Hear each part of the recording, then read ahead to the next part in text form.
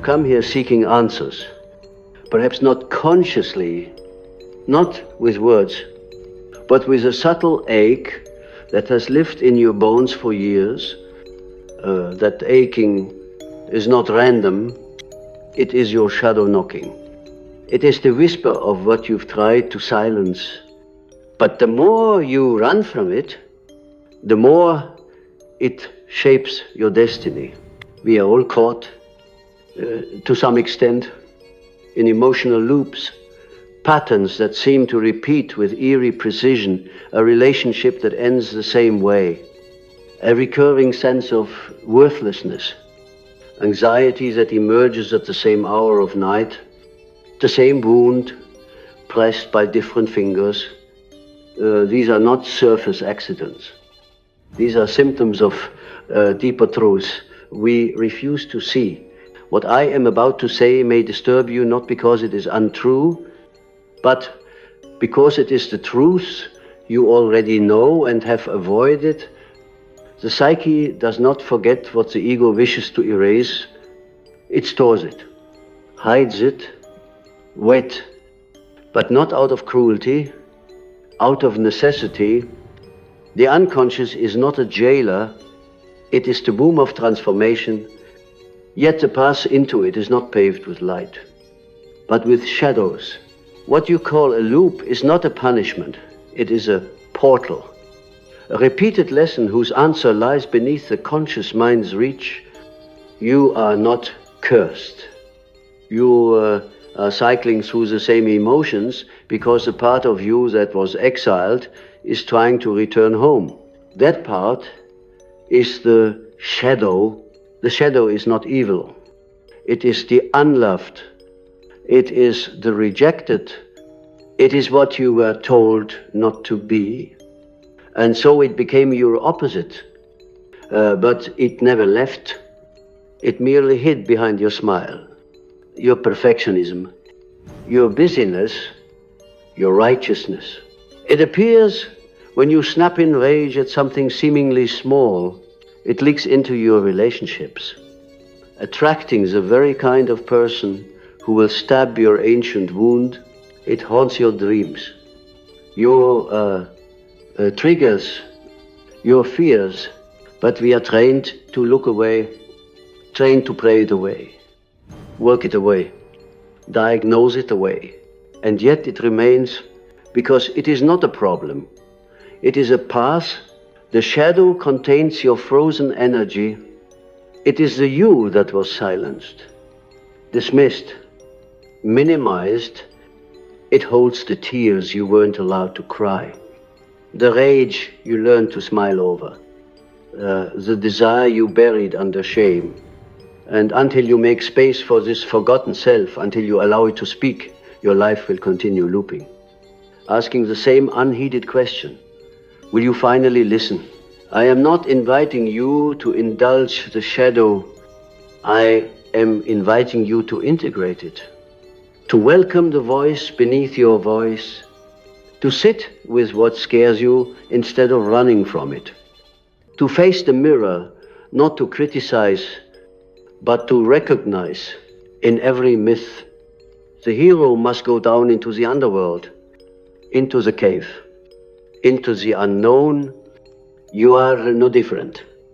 You must descend. You must feel what you swore you'd never feel again. You must name what you swore you'd never admit. Not because it is pleasant, but because it is freeing. We are not healed by light alone. We are healed by wholeness. And wholeness requires we remember all parts of the soul. We have dismembered. The emotional loop is a soul cry. It is a replay of an internal schism begging for union. When the child within you was told they were too much or not enough, that wound froze in time. And now, as an adult, you reenact it. Not because you're weak, but because the psyche is ritualistic. It repeats until it resolves. It will recreate the stage, the actors, the lines, again and again, until you say something different, until you do something sacred. You pause and listen and respond not from your wound, but from your awareness. But to reach that point, you must enter the dream. Yes, the dream. For what is your life but a waking dream stitched by symbols? Every person you fear, every emotion you resist, every strange pattern that clings to your fate, they are all dream fragments sent by the self. And shadow work is the language of dream decoding. It is the art of seeing what the rational mind cannot. It is the opening of the eye that sees in metaphor. That eye is not in your head. It is in your heart, in dreams. The shadow often appears as a monster, a pursuer, a dark twin, or a chaotic intruder. The common reaction is to run, but the alchemical task is to turn and face, to ask the monster what he wants. Often its answer shocks. It doesn't want to hurt you. It wants to protect you from something you could not handle. When you were too young to defend your own soul, the shadow, you see, is the guardian of pain. It took the fall so your ego could survive. It became angry so you could appear kind. It became loud so you could remain small. It held what was unacceptable so you could be accepted. But now, in your adult life, what once protected you now imprisons you. You find yourself overreacting, withdrawing, sabotaging, fearing intimacy, fearing rejection, fearing success. And none of it makes sense until you trace the thread back. And there, at the end of the thread, is a memory. And in that memory is the shadow still holding your unmet need like a frozen flame. And when you see it, not judge it, not fix it, but see it with presence. And love, it begins to thaw. It begins to speak. It says things like, I was terrified. I wanted to be held. I needed to scream. I never got to say no. These are not confessions of weakness. These are sacred truths from the soul's basement. And in hearing them, you begin to change, not overnight. Shadow work is not a miracle drug. It is not a weekend workshop. It is a lifelong relationship with the undercurrents of your psyche. You become the inner alchemist, the one who turns avoidance into awareness, pain into presence, shame into self-compassion. You begin to see others differently. Where once you judged them, now you recognize their shadows too. You see that the narcissist is a collapsed child in a grandiose mask, that the critic is a terrified perfectionist, that the addict is carrying unbearable ancestral grief, and most importantly, you stop projecting, you stop seeing your inner enemy in others. You stop calling the one who triggers you toxic without asking what part of you is being touched. You stop demanding that others change so you can be at peace. You realize that the world is not against you, it is mirroring you. And in that terrifying freedom, you reclaim your power. Not the power of domination, but the power of integration. You become whole, and whole people do not loop. They spiral, they may revisit the same pain, but each time with deeper insight, greater tenderness and wider awareness. That is the difference. Loops keep you stuck. Spirals evolve you, but to shift from loop to spiral, you must descend. You must do the work of the dark. You must stop trying to be good and start becoming real.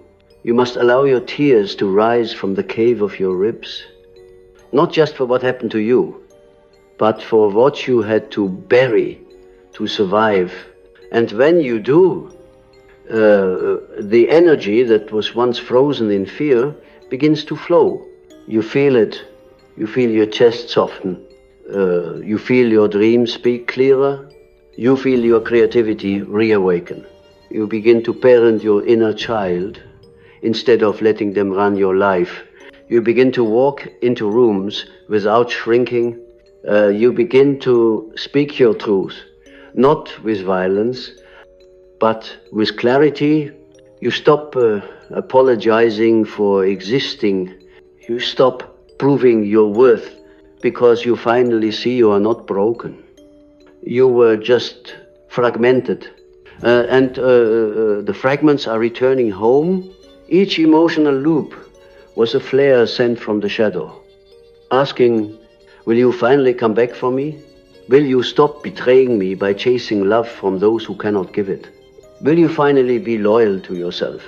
This is the spiritual war, not against demons out there, but against the fragmentation within, the split between who you are and who you pretend to be, the split between your persona and your truth, the split between your light and your dark. To bridge this split is to end the loop, but the bridge is not built with positivity. It is built with presence, not with affirmations, but with accountability, not with denial, but with depth. And that depth is where I will take you next, because it is not enough to know you have a shadow. You must learn to speak its language. And that language is symbolic. The language of the shadow is not linear. It does not speak in facts, nor in the rigid clarity of daylight logic.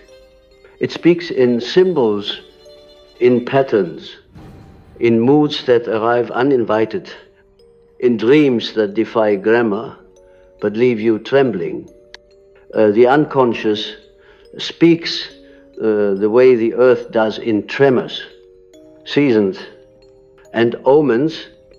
It does not shout. It pulls, it repeats, it seduces, and only those willing to feel rather than control can hear its ancient tongue. Do not expect your shadow to come to you in a neatly labeled box.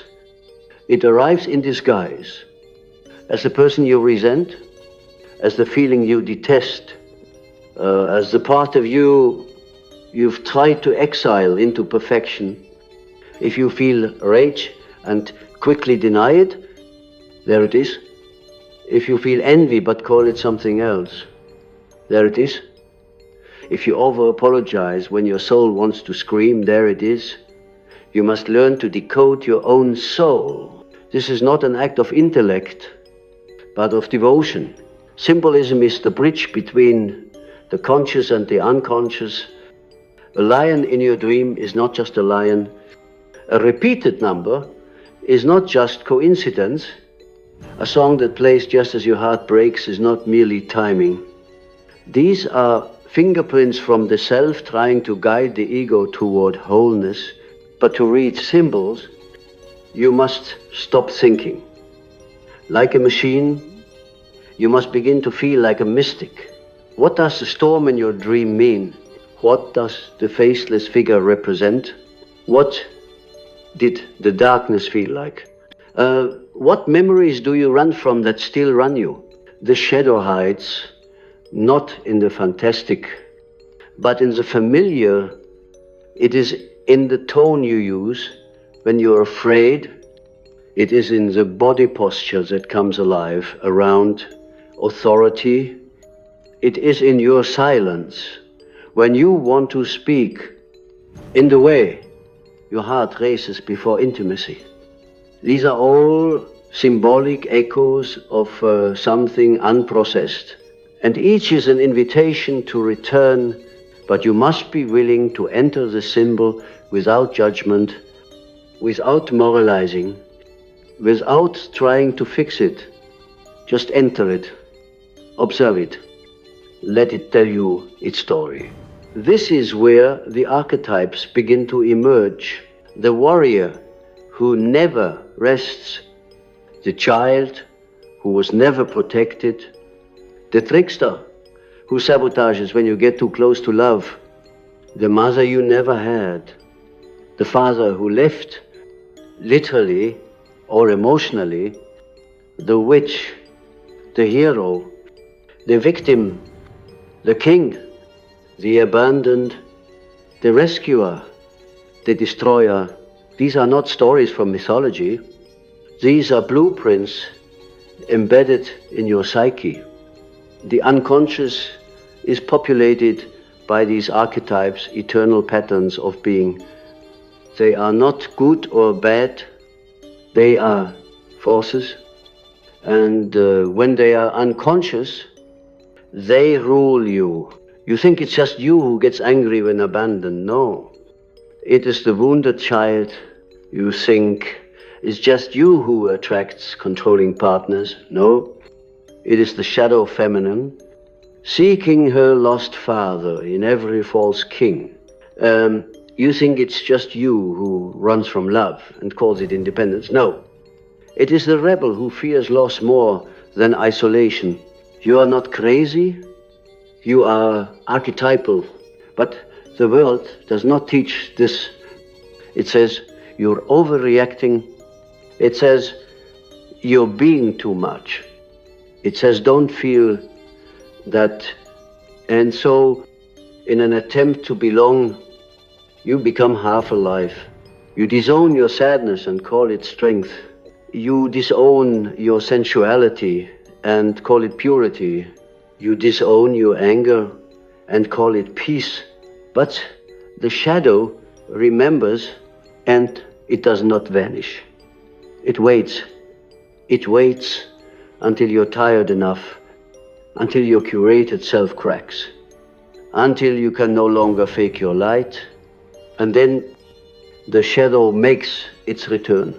It may come through a crisis, a betrayal, a burnout, a panic attack, a dream that shakes you, a voice inside that says, this isn't who I really am. This is the descent. This is the sacred unraveling. This is where the loop breaks. And this is where the real work begins. Because you must now re-meet every part of you that you abandoned in order to survive. You must look the victim in the eye and say, I hear you.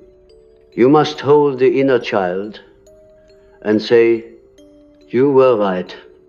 You must welcome the destroyer and say, show me what needs to end. You must embrace the dark feminine and say, your rage is holy. This is the true therapy, not behavior modification, but soul reintegration. The goal is not to become better. The goal is to become whole. Wholeness is not sainthood. It is complexity. It is contradiction. It is being able to say, I love, and I fear, I hope, and I grieve, I desire, and I doubt, I am light, and I am shadow. Only then do you become authentic. And authenticity ends loops, because you are no longer trapped between your persona and your pain. You are no longer seeking in the world what only your own presence can offer. You begin to relate differently. You stop choosing partners from your wounds. You stop speaking to be liked and begin speaking to be real. You stop playing roles and start being a soul. You stop performing healing and begin living it. But this process is not linear. The shadow does not open all at once. It reveals itself layer by layer, pain by pain, mask by mask.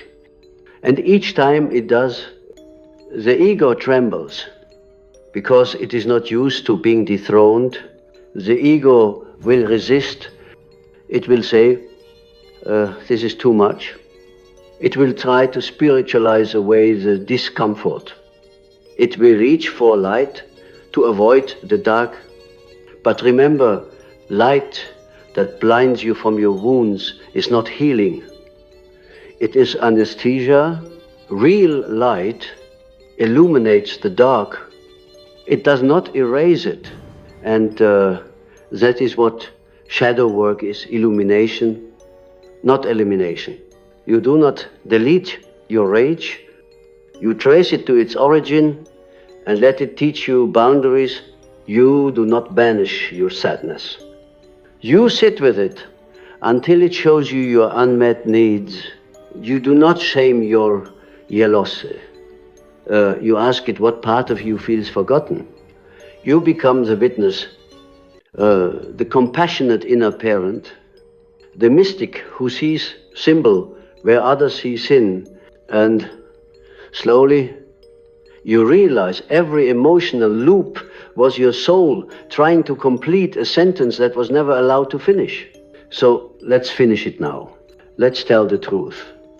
Your body has been waiting to confess. Let's unearth the memory that still shapes your choices. Let's go back to the moment when you learned to fragment. Was it when you were told, boys don't cry? When your parents only loved the obedient version of you? When your creativity was mocked? When your anger made someone leave? When your sensitivity was shamed? Go there. Not to re-traumatize, but to reclaim, because that child never stopped needing you. That version of you is still there, waiting not for rescue, but for reunion. When you say to them, I see you, I'm sorry I left, I love you exactly as you are. You break the spell, you interrupt the pattern, you begin again, not from scratch, but from truth. And this is the truth. The shadow is not your enemy. It is your invitation. It is the soil from which your soul longs to bloom. But you must be willing to get your hands dirty. You must be willing to die, not physically, but symbolically. Die to the self that was performative. Die to the identity that was merely survival. Die to the idea that healing is comfortable, because it's not. Healing is holy discomfort. It is sacred shedding. It is the burning away of the false. And in that fire, you find something stunning. Your self. Not your ego, not your mask, but your self, the blueprint of wholeness that lives beneath your story. The self does not speak loudly. It waits until the ego is exhausted. It waits until your loops have looped enough, until you fall to your knees, not in despair, but in readiness. And then it whispers, welcome, you finally come home. Home is not a place, it is a state of psychic coherence. It is what occurs when the scattered pieces of the psyche are no longer at war, when the child is no longer hiding, the warrior no longer attacking, the lover no longer begging. It is a mystical reunion of all, that you are dark and light, rage and tenderness, memory and vision. This is the alchemical union, what the ancients called the conjunctio oppositorum, the marriage of opposites within. But such a union cannot be forged by will alone. It is not a doing, it is a becoming. And you do not become whole by pretending the dark is not there. You become whole by turning towards the very thing that terrifies you and seeing in its eyes a reflection of your abandoned self. That is the sacred paradox. The thing you fear most is not your enemy, it is your key. The panic you feel before setting boundaries is not a flaw. It is the echo of a time when saying, no cost you love. The dread you carry into relationships is not dysfunction. It is a soul memory that love once meant pain. The freezing you feel before speaking your truth is not weakness. It is the scar of being unheard when your voice first cracked into life. Do you see it? Your symptoms are sacred messages. Your loops are sacred lessons. Your shadows are sacred exiles. And your healing is not a return to innocence, but a resurrection of power through truth. True power is not control. It is not dominance. It is not performance. It is presence, the kind of presence that can sit in grief and not rush to fix it. That can cradle shame without collapsing into it. That can feel fear and walk forward anyway. Presence is the antidote to the loop, because loops feed on unconsciousness. They thrive when you are absent, reacting, escaping, defending, blaming. But presence says, I see you. I'm here now. I won't abandon you again. And with that simple inner vow, the loop begins to dissolve, because the wound is not simply what happened to you, it is what didn't happen after. The wound is not just the trauma, it is the absence of loving presence in the aftermath, and now you get to provide what was missing. Not from the outside, but from within. You get to become the parent you needed, the protector you longed for, the witness you never had. This is not fantasy. It is neural reality. The psyche can rewire, the body can unfreeze, the soul can uncoil, but it requires you to stay with a shadow when it trembles, to stay with the fear when it surges, to stay with the memory when it burns, not to drown but to cleanse, because emotions that are felt completely no longer control you. It is the emotions you avoid that become your jailers. It is the stories you resist that script your fate. But when you feel them truly, fully, in safety and love, they move, they shift, they reveal the deeper archetype beneath them. You begin to see that your sadness is the doorway to tenderness. Your rage is the doorway to truth. Your fear is the doorway to courage. Your shame is the doorway to humility. And all of them are guardians of your authenticity. This is why shadow work is not optional. It is essential. Not because you are broken, but because you are split. Not because you are wrong, but because you have been dismembered by conditioning. And your sacred task now is to remember yourself piece by piece, pain by pain, loop by loop, not by force, but by love, by choosing every day to turn inward with compassion, to meet the part of you that lashes out not with guilt, but with curiosity, to meet the part of you that numbs not with judgment, but with grace, to meet the part of you that repeats the same relationship patterns, not with shame, but with wonder. Because repetition is how the soul speaks when it has not yet been heard. When the psyche cannot speak its truth directly, it speaks it symbolically through your choices, through your relationships, through your symptoms. Each one is a mirror. Each one is a map, but the map only reveals itself when you stop looking for someone to blame and start looking within. This is the crisis of our age. We have been trained to project, to blame the narcissist, the empath, the system, the parent, the partner, the politician. But projection is the shadow's defense. It is the psyche's way of keeping the pain out there so we don't have to feel it in here. But if you want to end your loops, you must call your projections home. You must ask, what part of me is in them? What are they mirroring? What unhealed place in me are they pressing? This does not mean you excuse, abuse, or justify harm. It means you liberate yourself from the illusion that your power lies in changing them. Your power lies in becoming aware of the unconscious story you've been living and rewriting it. And you do that by going inward, not outward. You do that by tracing the loop to its origin, by following the thread back not to the person who hurt you, but to the part of you that still believes you deserved it. That is where the true healing begins.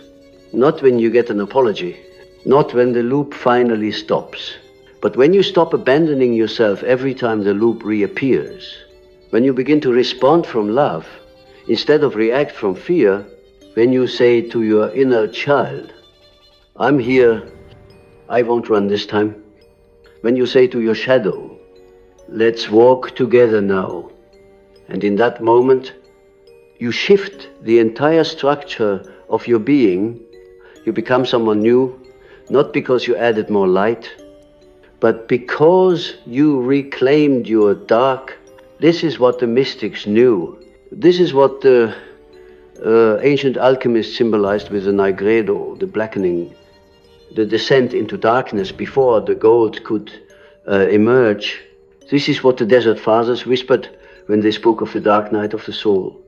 This is what the shaman enacts when they journey into the underworld. The path of healing is not linear, it is cyclical, spiral. And at the center of the spiral is not a goal, it is a grave. You must die to what no longer serves, to who you pretended to be, to the persona that got you love at the cost of your truth. And from that grave, something stirs the self, not the self you created to survive, but the self that existed before the wound. The self that remembers why you came here. The self that is not afraid of your shadow, because it is made of both night and sun. This self is your true compass. It does not shout. It does not demand. It does not panic. It simply waits for your readiness, and when you finally arrive, it opens its arms and says, welcome back. You have crossed the threshold, not outwardly but inwardly. And this return is not to the world as you once knew it, but to the one you were born to co-create. The world around you has not changed, but the way you see it has, and that makes all the difference, because the more shadow you integrate, the less shadow you project. The more you listen to the parts of yourself that you once silenced, the quieter your inner war becomes. And when the war within begins to still, the world begins to reflect that peace. You no longer see enemies in every mirror. You no longer interpret rejection as proof of unworthiness. You no longer chase validation like a thirsty ghost. Instead, you become rooted in yourself, in your body, in the present. And from this root, you begin to create. You create boundaries that don't punish, but protect. You create relationships that don't reenact old wounds, but build new safety. You create art, words, rituals, not to impress, but to express what once had no voice. You live not to be seen, but to be true. And your truth, your deep inner coherence, becomes a light, not a blinding one, but a steady flame, one that others feel in your presence, one that reminds them of something they too had forgotten, that healing is not performance, it is homecoming, that wholeness is not about never falling, but about knowing who you are even when you fall, that the loops we dread are not signs of failure, but invitations to depth. There will still be loops. Let me be honest with you. You will still revisit pain. You will still be triggered. You will still find yourself pulled toward the familiar edge of old patterns. But the difference is you will notice, you will pause, you will choose differently. Not perfectly, but intentionally. That is the sign of integration. Not perfection, but presence. Not performance, but permission. Permission to feel, to fall, to rise, to pause, to rest, to roar, to remember. And the more you walk this path, the more you understand shadow work is not something you finish. It is something you practice. It is not a destination. It is a devotion. It is the sacred art of becoming more and more yourself by recovering all the parts of you you once believed had to be hidden in order to be loved. But now, you know, nothing needs to be hidden, only held. Held in truth, in presence, in reverence, because every part of you was born with purpose. Even the rage, even the fear, even the craving, even the collapse, each is a message, a memory, a fragment of your soul story.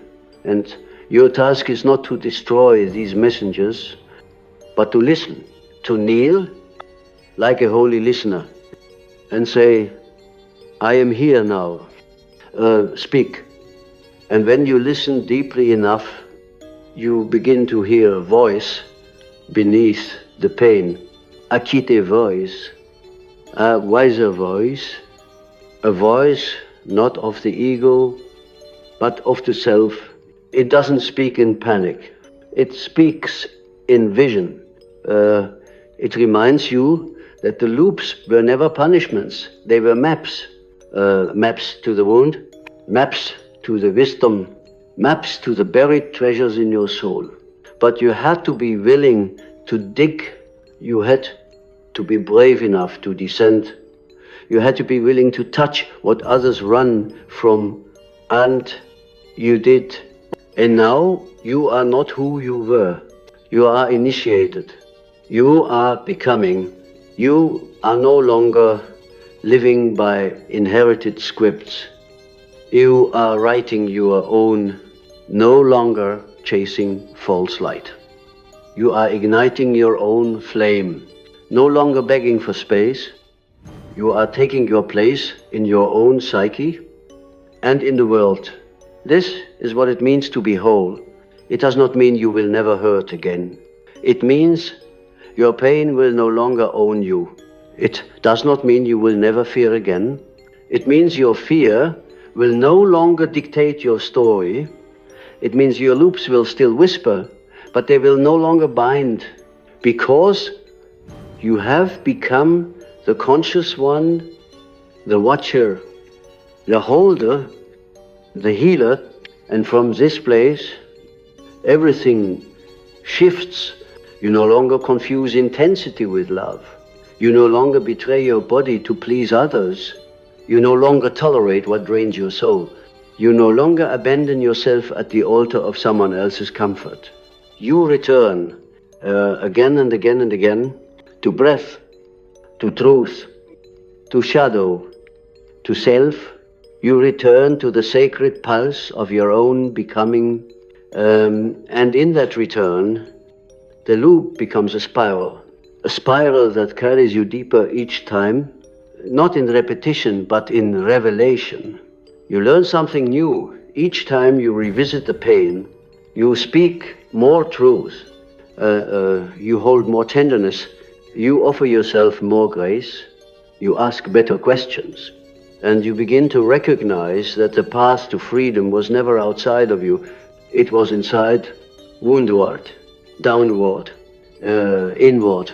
And this is the final truth I offer you today, not as an idea, but as a living breath. The work you avoid is the gate to the power you seek. The part of you you hate is the doorway to the love you crave. The loop you fear is the very place your liberation waits. And the shadow is not darkness trying to destroy you. It is the part of your soul still waiting for your embrace. So go there, not with force, but with reverence. Go to the part of you that still weeps in silence. Go to the part of you that never got to speak. Go to the part of you that sabotages and say, I'm listening. Go to the part of you that repeats the pain and say, I'm staying. Go to the child, the lover, the dreamer, the rebel, the witch, the one you buried to survive and bring them home, because they never stopped waiting, they never stopped calling. And now you're ready, ready to return, ready to remember, ready to rise, not as a perfect self, but as a whole one. That is the only way out. That is the final warning. And that is the path of your becoming. Now go and meet yourself, all of you, at last.